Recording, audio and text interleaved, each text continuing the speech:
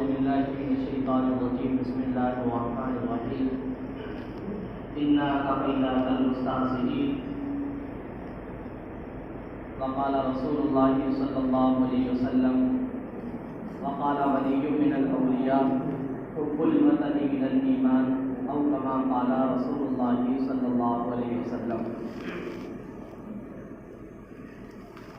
محترم بزرگوں، دوستوں اور عزیز ساتھیوں، آج کا جو میں موضوع لے کر کے آیا ہوں، ویسے تو ہر جمعے کو بیانات کا ہونا جناب نبی کریم صلی اللہ علیہ وسلم کی سنتوں کی روشنی میں، احادیث کی روشنی میں جہاں تک ذہن اور جہاں تک مطالعہ کام کرے وہاں تک بات ہوتی ہے، لیکن آج بیان کا اصل پہلو اور جو یہ خاص طور پر موضوع 15 یا 20 منٹ کے اندر مجھے عرض کرنا ہے، اس خاص موضوع کی طرف آپ کی توجہ کی خاص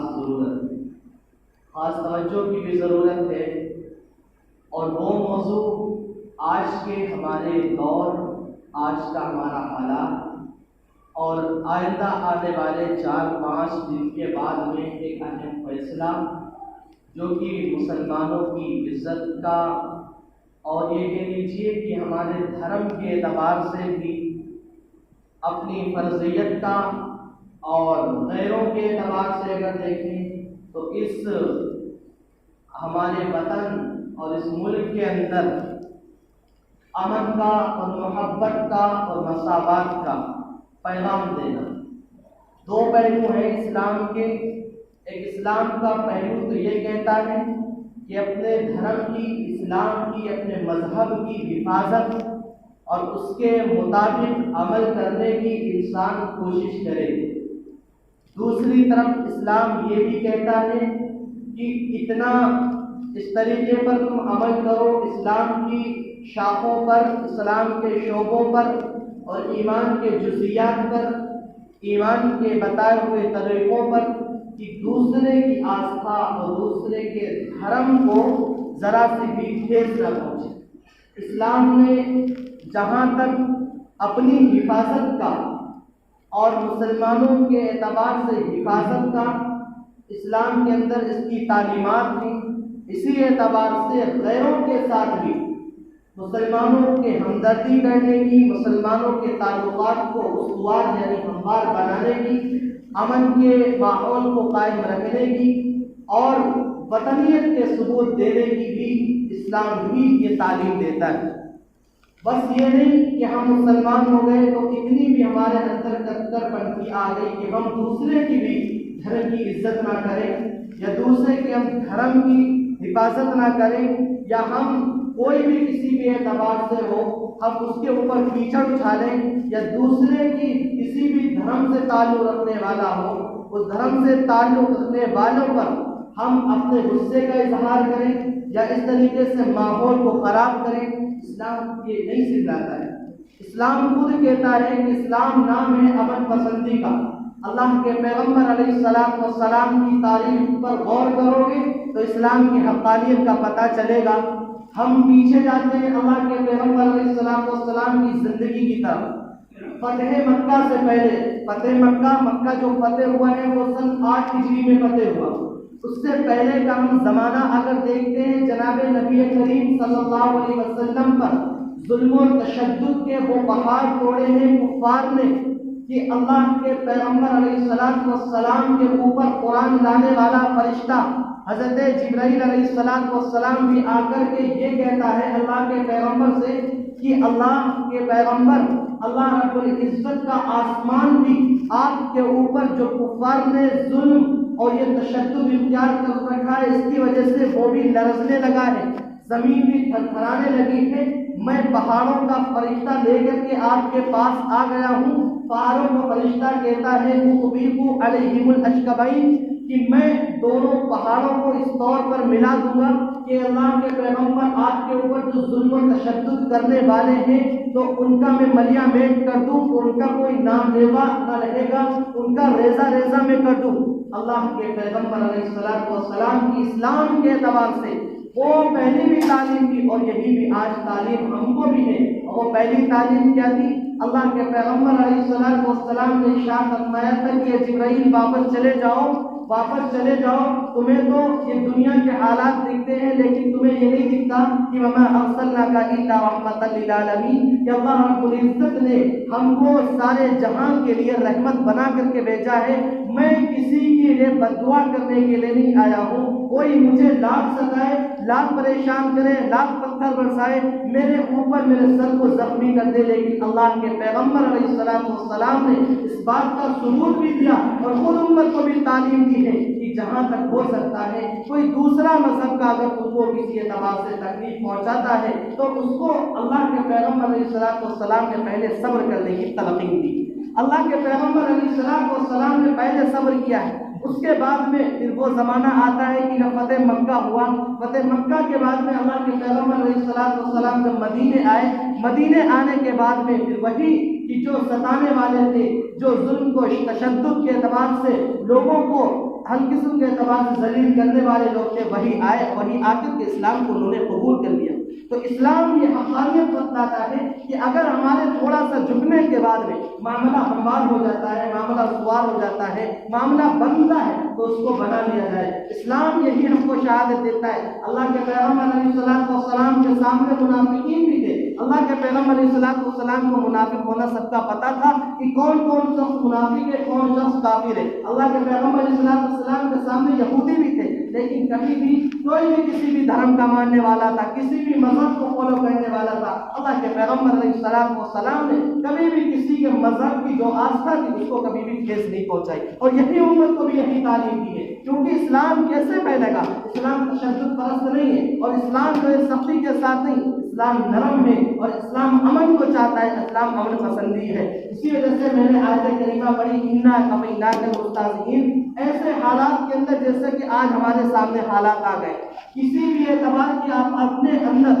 کوئی بھی تشدد پرستی یا کسی بھی اعتبار سے اپنے ذہنوں کے اندر سختی نہیں لینا، اور نہ ہی سختی لینے کے ساتھ یہ کرنا کہ ہمارے دھرم کا مذہب ہے یا یہ ہمارا دھرم کا معاملہ، مانتے ہیں ہمارے دھرم کا معاملہ ہے، لیکن اس سے پہلے اپنی زندگیوں کی طرف بھی غور کر کے دیکھیں کہ دھرم کا معاملہ ہماری زندگی کے اندر کہاں تک پہنچا ہے، دھرم کا معاملہ یا ہمارے مذہب کا معاملہ ہماری زندگی کے اندر کہاں پہنچا ہے۔ یہ جو نوبت آئی تھی یہ تو نوبت آتی تھی نا، اگر ہم اللہ رب العزت کے پہلے فرمان کے مطابق ہم اپنی نگاہوں کو تیز کر لیتے، اپنے قدموں کو اس طرف بڑھا لیتے، اپنے ہاتھوں کی حرکتوں کو مضبوط کر لیتے، اپنے دلوں کو فیصلے کو قوی بنا لیتے، اور اپنے ذہنوں کی سوچوں کو، اپنے دماغ کی سوچوں کو بدل دیتے۔ وہ کیا فیصلہ تھا؟ اللہ نے تو پہلے ہی فیصلہ کرا تھا کہ تم اگر ذلیل بن کر کے رہنا چاہو گے تو اللہ تمہیں اس قوم کے ہاتھوں بھی ذلیل و رسوا کر دے گی جسے کوئی بھی نہیں پوچھتا ہے، اور اگر تم سر اٹھا کر کے جینا چاہتے ہو تو اسلام کے مطابق تمہیں زندگی گزارنی پڑے گی، اور اس کے مطابق جب زندگی گزارو گے ساری قومیں تمہارے پاس آ جائیں گی،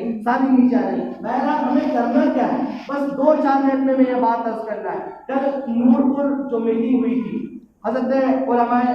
جو جمعیت کی میٹنگ، ایک میں بات آپ کو اور بتلا دوں کہ یہ ایک جمعیت ہماری ہی ایک ایسی جماعت ہے کہ جو مسلمانوں کے دین کے اعتبار سے بھی تحفظ کا کام کرتی ہے، دنیا کے اعتبار سے بھی تحفظ کا کام کرتی ہے، دینی روش کو بھی قائم کرتی ہے، دنیا کے اعتبار سے بھی اختلافات کو حل کر کے تم کو اپنے اعتبار سے جینے کا حق دیتی ہے۔ ورنہ اس وقت میں کوئی ایک ایسی جماعت نہیں ہے جو مسلمانوں کے لیے دین کی بھی حفاظت کی ذمہ دار ہو، دنیا کی بھی حفاظت کی ذمہ دار ہو۔ وہاں کل نور پور کے اندر جو میٹنگ ہوئی وہاں پر بھی علماء کرام کو جو اطراف کے تھے سب کو بلایا گیا، جانا وہاں پر بھی ہوا تھا، اور کل بعد نماز مغرب ایک وہاں گرد میں دی تھی، وہاں بھی جانا ہوا۔ تو اس میں بس یہی تھا کہ اسلام کس چیز کو چاہتا ہے۔ اسلام یہ نہیں کہ تشدد پرستی، یہ جو ہم نے معاملہ جو ہے اب ہم نے جو حکومت کے سپرد کر دیا ہے، اور حکومت جیسا ہم کو فیصلہ دے گی ہم ماننے کے لیے تیار ہیں۔ یہ ہم نہیں، علماء کرام کی دوربینیں جو ہے وہ ہماری آنکھوں سے بھی زیادہ سخت ہیں،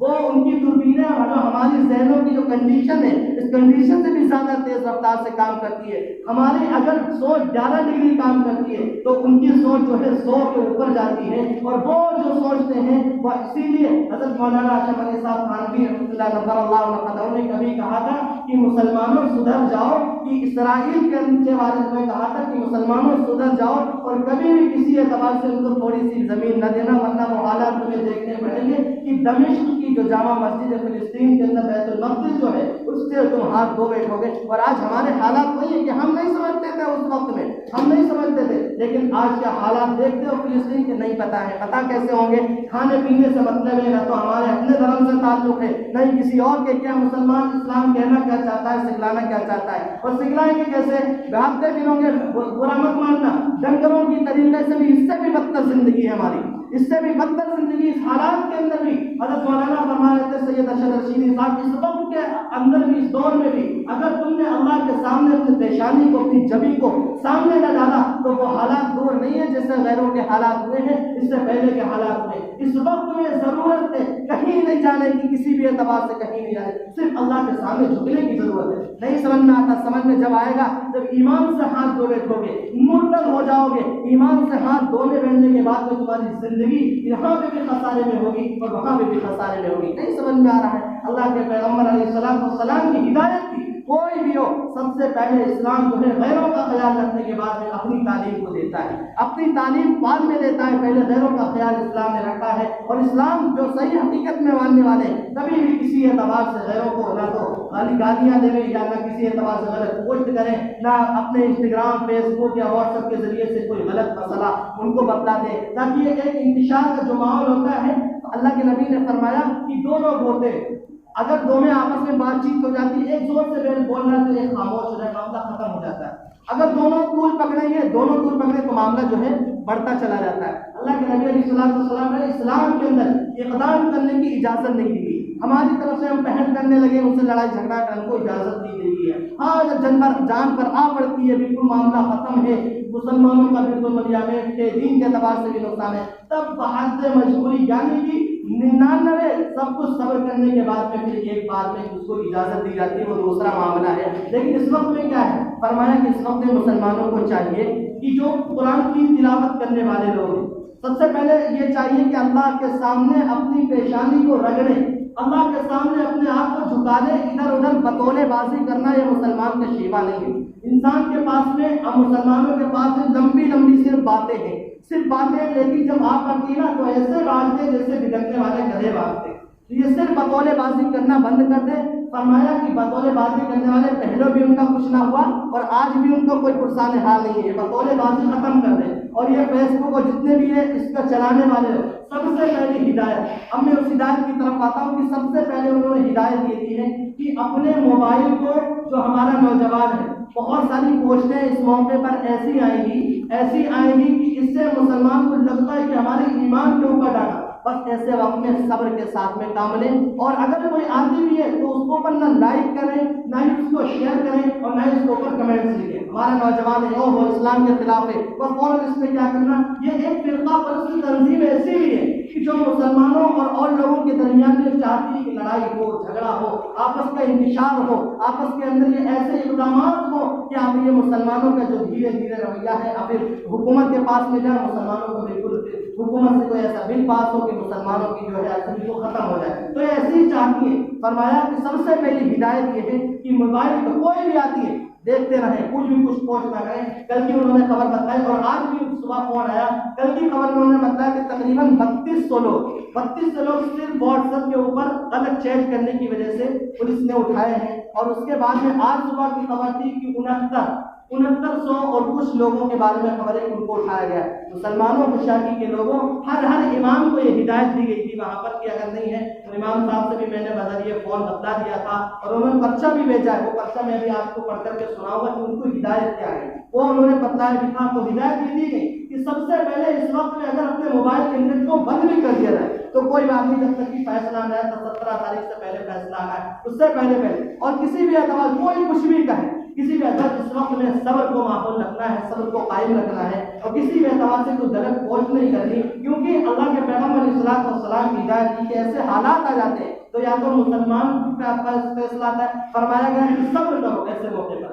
صبر کے ساتھ میں، اور اللہ کی طرف رجوع کرو۔ مسلمانوں کا حال کیا ہے؟ اللہ کی طرف تو رجوع بعد میں ہے، غیر اللہ کی طرف رجوع پہلے۔ مسلمانوں کی طرف چھوڑتے ہیں یہ وکلا، یہ جو ہے کیا کہتے ہیں مسبب الاسباب، یہ جو اسباب ہیں، یہ ججز ہیں، یہ سارے کے سارے ان کے ہاتھ میں فیصلہ ہے؟ نہیں، اللہ رب العالمین خود کہتا ہے یقلب اللیل والنہار، اللہ کون ہے؟ رات جو دن کو بدلتا ہے، اللہ کون ہے؟ جس کے ہاتھوں میں لوگوں کے دلوں کے اختیار ہیں، ادھر چاہے پلٹ دے ادھر چاہے پلٹ دے۔ اللہ کون ہے؟ اللہ وہ ہے کہ یہ جب چاہتا ہے، فرمایا کہ جب چاہتا ہے تو ان لوگوں کے دلوں پر اپنی ہیبت طاری کر کے تو کبھی ایک دم مسلمان بنا دیتا ہے، کبھی جب گناہوں کا تسلسل ہو جاتا ہے تو گناہوں کی وجہ سے انہیں ذلت کر کے انہیں مسلمانوں کی کرسی سے ہٹا کر انہیں کافروں کے کمرے کے اندر اللہ تو وہ ہے، اللہ رب العالمین کے ہاتھ کے قبضے قدرت کے اندر سارے لوگوں کے دل ہیں، ہم اس سے طلب کریں گے، اس سے مانگیں گے تو انشاءاللہ اللہ ہماری سنے گا بھی۔ لیکن کیا ہے، سب کچھ کرنے کے لیے تیار ہے، اللہ کے سامنے جھکنے کے لیے تیار نہیں ہے۔ بڑی بڑی لمبی جانا ہوتا ہے ادھر ادھر نکلنا،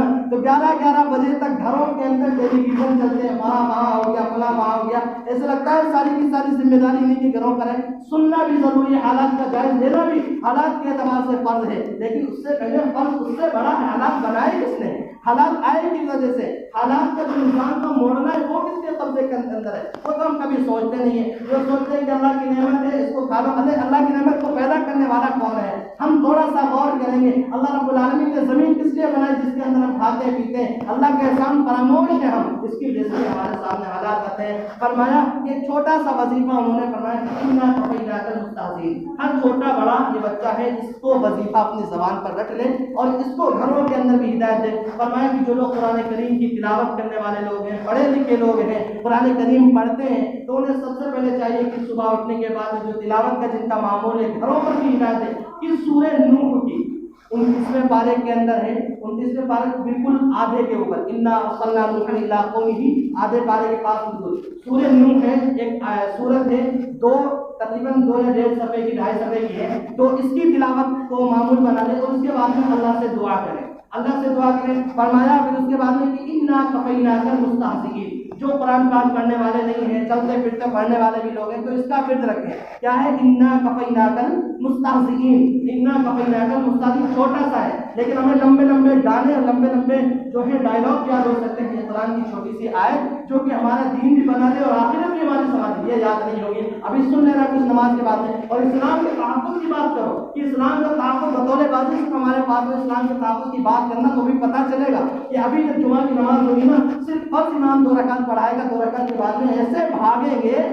بھاگیں گے جیسے شیطانوں کو جہنم کے اندر قید کر دیا گیا۔ شیطانوں کو جیسے رمضان کے اندر نا سفلت الشیاطین ومردۃ الجن، کہ جیسے جناتوں شیطانوں کو سرکت جو شیطان ہوتے ہیں ان کو جہنم کے اندر قید کر دیتا ہے، رمضان ہوتے ان کو کھولا جاتا ہے، تو ایسے بھاگتے ہیں کہ ایک دوسرے پر گرتے ہیں۔ ٹھیک ہے، یہی حال ہمارا ہے، کیا ہے؟ صرف کپڑے بازی۔ مسلمانوں رجوع کرو، سنتوں کو ابتدا کرو، سنتوں کو مانو، ان کی پیروی کرو۔ آج نہیں تم سدھرے کل پھر وہ اللہ رب العالمین خود کہتا ہے ان اللہ لا یغیر ما بقوم حتی یغیروا ما بانفسہم، اللہ ایسی قوم کی حالت کو نہیں بدلتا ہے جب تک وہ خود اپنی حالت کو نہ بدلے۔ ہم بدلو گے نہیں، تم کہو گے یہ لڑ رہے کرتے رہیں گے، اللہ تو وہ ہے اجتماعی اعتبار سے بھی عذاب نازل کر سکتا ہے، اور صرف ایک اعتبار جو یہ کہتا ہے وہ نپٹ لیں گے، وہ لڑتے رہیں گے۔ ہر ایک مسلمان کی ذمہ داری ہے، مسلمان کا اوپر جو اسلام نافذ ہونے والا ایمان سب کو برابر درجے کا حکم دیتا ہے، اسلام سب کے اوپر برابر اعتبار سے۔ تو سب سے پہلے کس چیز کا تعریف کریں؟ سب سے پہلی چیز تو اللہ کے سامنے جھکنا ہے،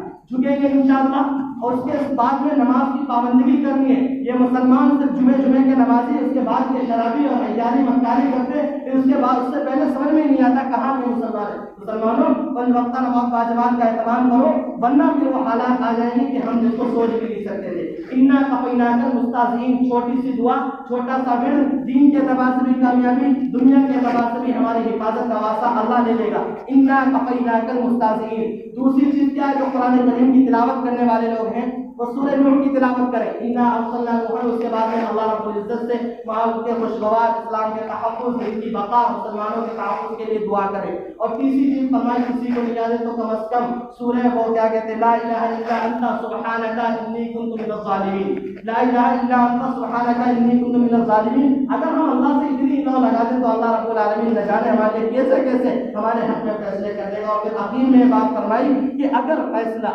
ہمارے حق میں آتا ہے، مسلمانوں کے حق میں آتا ہے، تو اظہار تشکر، اللہ کا شکر ادا کریں۔ لیکن شکر ایسا نہیں بس مبارکباد دینی شروع کر دی، اس سے دوسروں کو ٹھیس پہنچتی ہے، اور کسی دوسرے کو ٹھیس پہنچانا جو ہے مسلمان کا اسلام میں اجازت نہیں دیتا ہے۔ موبائل کا نہیں